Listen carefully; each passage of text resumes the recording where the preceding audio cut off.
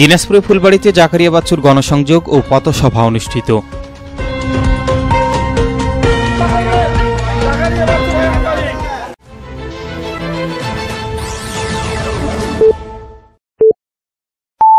আসসালামু আলাইকুম। এমকে টেলিভিশনের নিয়মিত সংবাদে আপনাদের সবাইকে স্বাগত জানাচ্ছি আমি শারমিন মিনা। এতক্ষণ শুনছিলেন সংবাদ শিরোনাম, এখন ডেস্ক থেকে বিস্তারিত। ৩১ দফা বাস্তবায়নের লক্ষ্যে দিনাজপুরে ফুলবাড়ীতে গণসংযোগ ও পথসভা করেছেন দিনাজপুর ৫ আসনে বিএনপির এমপি পদে মনোনয়ন প্রত্যাশী এস.এম. জাকারিয়া বাচ্চু।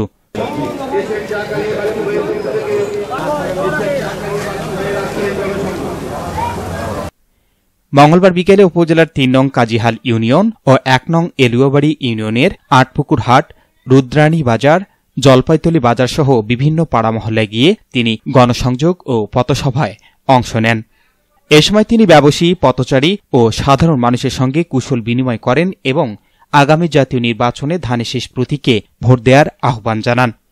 বক্তব্যে তিনি তারেক রহমানের ঘোষিত ৩১ দফাকে জনগণের মুক্তি ও গণতন্ত্র পুনরুদ্ধারের মূল ভিত্তি উল্লেখ করে রাষ্ট্র কাঠামো মেরামতের গুরুত্ব তুলে ধরেন।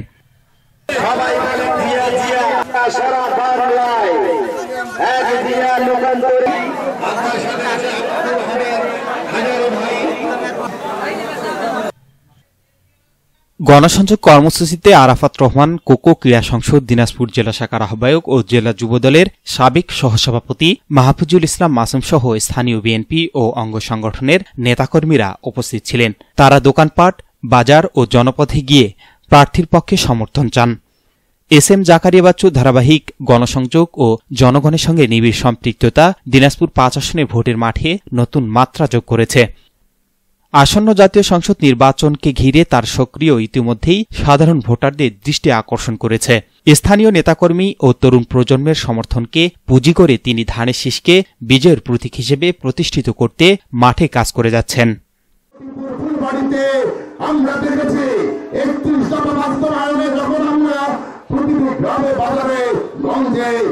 বিভিন্ন জায়গায় আমরা গিয়েছি, তখন দেখেছি দুরবস্থা।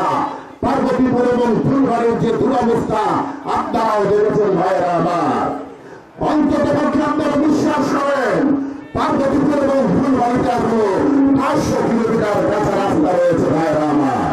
বাড়ি নির্মাণ করে দেওয়া হয়েছে, প্রতিবন্ধীদের জন্য হুইল চেয়ার দেওয়া হয়েছে এবং দুস্থ মহিলাদের জন্য গরু, ছাগল, সেলাই মেশিন ইত্যাদির ব্যবস্থা আমি করেছি ভাইয়েরা আমার।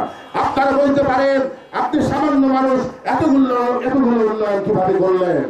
আপনারা জানেন আমি একটা এনজিওর সঙ্গে সংশ্লিষ্ট ছিলাম। আমি আবাব আমিনাদের একজন পেশাদার ঠিকাদার ছিলাম। তার এই ফলশ্রুতিতে, তার এই ধারাবাহিকতায় আমি আমার অঞ্চলের মানুষের কথা চিন্তা করেছি, আমি আমার এলাকার কথা চিন্তা করেছি, আমার অনুন্নত জনপদের কথা চিন্তা করেছি।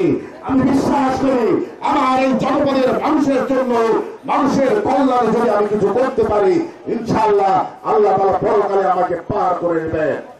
আগামীতে যদি এই আসনে কোন বিএনপির প্রার্থীকে দিতে হয় বা কোন প্রার্থী যদি পরিবর্তন করতে হয়, তা আমি মনে করি এই দিনাজপুর ৫ আসনের এবং প্রথম হকদাতা এস.এম. জাকারিয়া বাচ্চু। এস.এম. জাকারিয়া বাচ্চুকে 18 সালে মনোনয়ন প্রাপ্ত করেছিলেন আমাদের বিএনপির ভারপ্রাপ্ত চেয়ারম্যান জনাব তারেক রহমান। তারেক রহমান মেধা তালিকায় এস.এম. জাকারিয়া বাচ্চু আছে। যদি না থাকতো তাহলে 18 সালে তাকে মনোনয়ন দিত।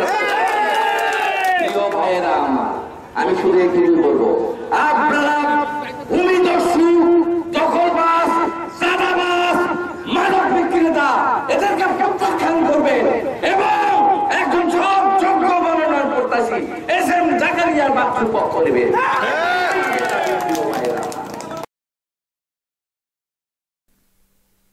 S Rahman, news desk, MK television.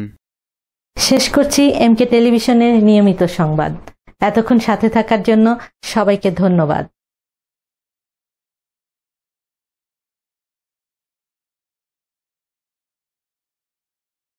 সুখবর আপনার হাতের কাছে। পার্বতীপুরে পাচ্ছেন 100% গ্যারান্টি সহকারে নিশ্চয়তা সহ সকল রোগের আজীবনের জন্য স্থায়ী চিকিৎসা সেবা।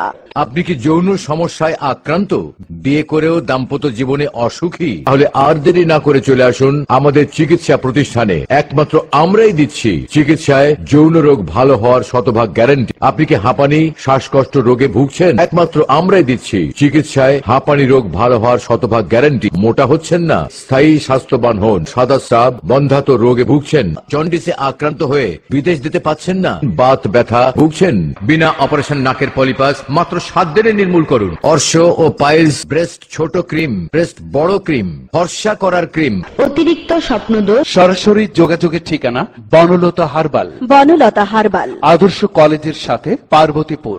Licence number 022 CHM, mobile 01705 498 338।